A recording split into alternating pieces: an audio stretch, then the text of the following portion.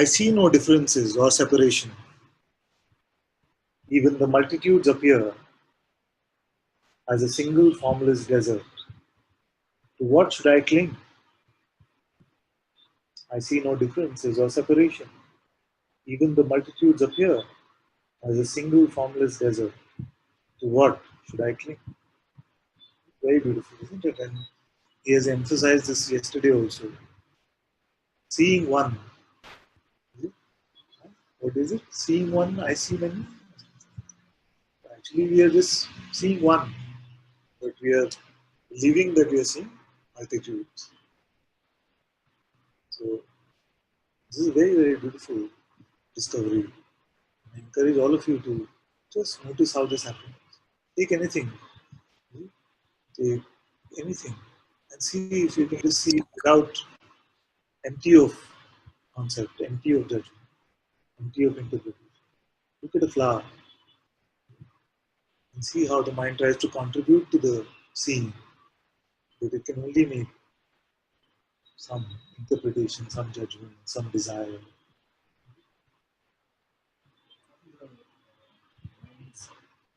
Yes. It's also made up of that seeing. Is it? Just like the entire manifestation is also only awareness. Is it? Just like the finger is only the hand always. It is not separate from. Is it? Now, what is the game that consciousness is playing? Consciousness is playing the game that first it decided to pretend as if it is subject to this voice and actually is the one that is affected by this manifestation in some way. And now it's playing the game of seeing that no, it is beyond the voice's limitation. So what can happen is that although the voice is also consciousness, it is recognizing that what the voice is saying about me is not the truth about what I am. Is this part of my own design? Of course it is. Is it made up of consciousness itself? Of course it is. And yet, consciousness contains both aspects, isn't it? So if there is truth, if there's a voice of truth like intuition, the Sadhguru's words, there's also the opposite of that. If there is a sage, there is also the murderer, the thief. So the manifest creation is both aspects of consciousness.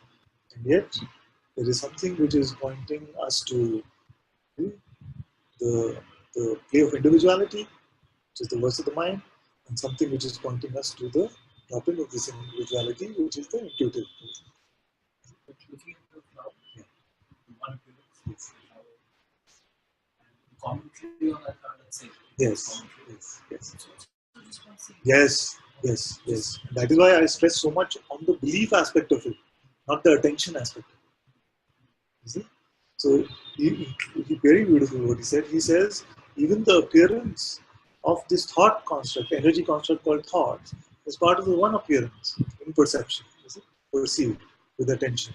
There is no separation even in that. Is it? But what is this unique power of belief, which makes the pretense come on as if there is a separate entity here. So even that, of course, is part of the play of consciousness itself. But this is the way the play is designed. I say often, isn't it, that no shops in the world are selling you individuality. There are some shops, like the Satsang shop, which is selling you the idea that you are not. All of this is part of whose play? The same divine. So the design of this play. Some are designated as alarm clock, and all they have to do is beep. You see, they can't help it. Knowing fully well that the waking will happen, the waking will happen.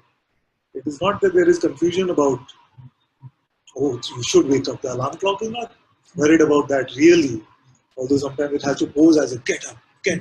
You see, like that. But it knows the waking will happen and the waking has to happen. My job is to be. The job of that expression seems to become.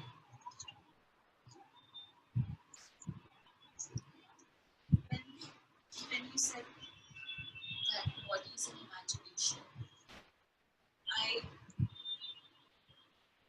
I know that I am this thing, this person is an imagination. But sometimes I don't know this is an imagination. Yes. That's why I wanted to clarify. Good, you asked again, so I can clarify. So there is this awareness, it doesn't have imagery, you see, it's non-phenomenal. Is it? So that's why I said when the author or the translators use the word imagination, what is implying is not what we usually call imagination. Like we say a person is an imagined entity, does not even have a phenomenal existence. I call the person the second level illusion. You see? So whether you believe this phenomenal existence to be illusory or not, you will admit that, like you are doing, to say that this person I cannot find. You see? But the appearance of this body is undeniable as an appearance. You see?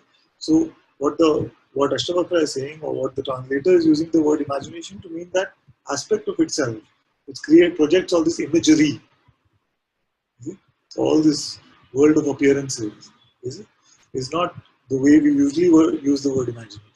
Or you're just imagining that there's a blue cat sitting there. It's not like that. It is apparent in this world of appearances that the body is there.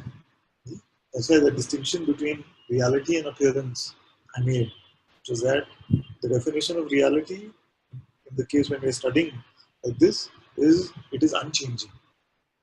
So then you find that everything in the world is an appearance, because we cannot find anything which is unchanging. At least in that definition, it is an appearance, isn't it? So just keep it at that, because otherwise what will happen is we'll try to see this apparent world as if it is imagination or something, and then that will become another trip. We don't need to go on that. Just see that the way the word imagination is used is just to convey that the dynamic aspect, the imagery, phenomenal aspect, see, which includes the body, all the feelings, all our emotions, thoughts, everything. All the content of perception is imagery, the play of this light and sound. See? Say, I'm not very clear, but with the way you explain. yes. So we'll go very slowly. When we search for this witness, that witnesses all phenomena, we find that it itself is not phenomenal. You have to tell me if that is clear. So this witness, this witnessing awareness, whatever you call it, itself is not phenomenal. Therefore, there is no imagery involved with that. You cannot imagine awareness. See, if you imagine awareness, you have to look for who witnesses even that imagination. See? Just like if I tell you, just think about nothing. See? And this nothing has no color, no shape, no size. See? At best, your mind will give you some black colored space, but not even black it is. See? Not even transparent it is. You cannot imagine. See? So this awareness, is it like that? Or does it have some attribute, some quality? So you find that it has no quality. It is qualityless. No image can be made out of it. You see? Then all that is the image. What is that? Like the body has an image, our thoughts have an image, imagination has an image, memory has an image, sensations have an image. You see? All of this has an image. So what is that? Yes, it is phenomena. So where does it come from? So that is the broader definition of mind, which is that it is the big mind or consciousness itself. When I am, we call that the waking state.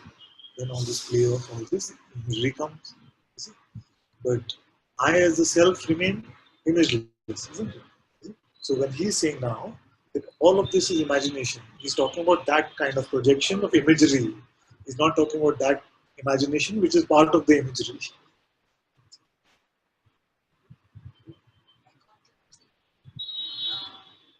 Question myself about the imagination of the body. I have heard it so many times, but it would never feel from that space. It would feel, how can I deny this? Yes. Not to get into any of those denials.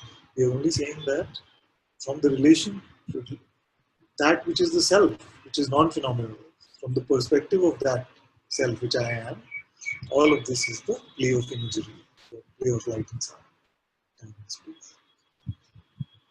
Very good to clarify, because oftentimes we hear this and then we try to, we come into some sort of a denial of the appearance of this world. No, the appearance is appearing. No further denial is needed. Just to call it appearance is enough. Appearance means what? That which comes and goes. Therefore, it is not the fundamental reality, that which is unchanging. I see no differences or separation. Even the multitudes appear as a single formless desert.